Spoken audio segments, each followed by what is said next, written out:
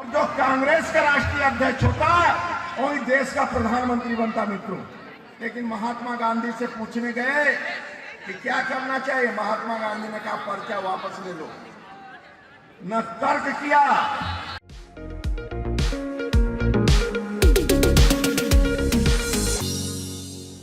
श्रीनगर थाना क्षेत्र के पास हुए धमाके पर यूपी के जल शक्ति मंत्री स्वतंत्र देव सिंह का बयान। मोदी सरकार में एक भी आतंकी को बख्शा नहीं जाएगा। स्वतंत्र देव सिंह, इतने प्रधानमंत्री आए लेकिन देश से नक्सलवाद पहली बार खत्म हुआ।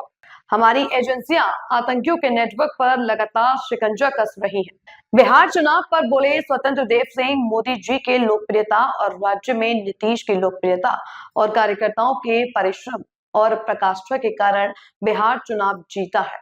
सिकंदराबाद में सरदार पटेल जयंती पर आयोजित एकता यात्रा में मुख्य अतिथि के रूप में शामिल हुए थे स्वतंत्र देव सिंह।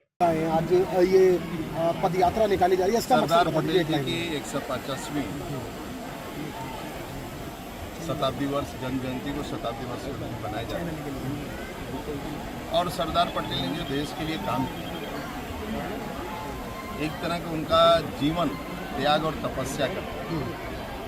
आज़ादी के बाद पहले ऐसे लीडर थे जिनको कांग्रेस ने 15 राज्यों के बजाय 13 राज्यों के मत में वोट, और कांग्रेस का जो राष्ट्रीय अध्यक्ष होता है वही देश का प्रधानमंत्री बनता है।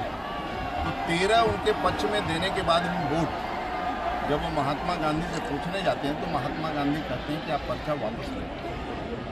और ऐसा व्यक्तित्व चाहता था, विद्रोह भी कर सकते थे, तब भी पूरा देश उनके साथ खड़ा था, कुछ भी कर सकते, लेकिन वो महात्मा गांधी से तर्क वितर्क नहीं किया। एक अनुशासन प्रिय, देश के प्रति समर्पण, त्याग और तपस्या की प्रतिमूर्ति उन्होंने आए, तुरंत पर्चा वापस लिया और पंडित नेहरू देश के प्रधानमंत्री।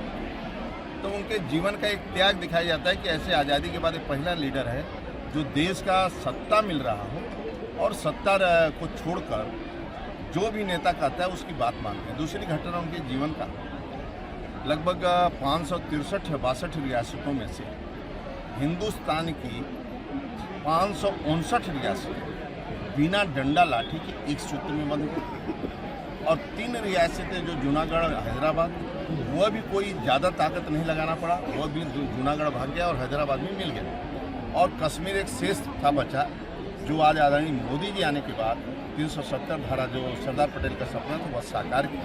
लेकिन राष्ट्र की एकता अखंडता की आज जो एक सूत्र में पूरा दुनिया देश हमारा बना हुआ है तो सरदार पटेल के कारण है और सरदार पटेल की।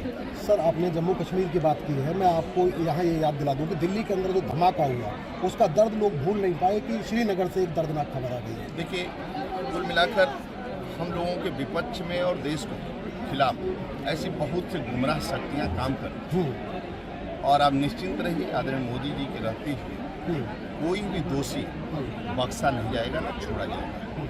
ये आदरणीय मोदी जी का शासन है देश में, और कोई भी व्यक्ति है आतंकवाद को कुचल करेंगे। आप देख ही रहे हैं कि जो महात्मा गांधी का सपना था, कई पार्टी कई लोग प्रधानमंत्री बने, लेकिन आज नक्सलवाद जो हर जगह पनप रहा था, बिहार से लेकर झारखंड, छत्तीसगढ़, आज सभी जिले सुरक्षित होते जा रहे हैं, क्योंकि 3-4 जिले और बचे हैं, सभी जिले सुरक्षित हैं आतंकवाद से भी।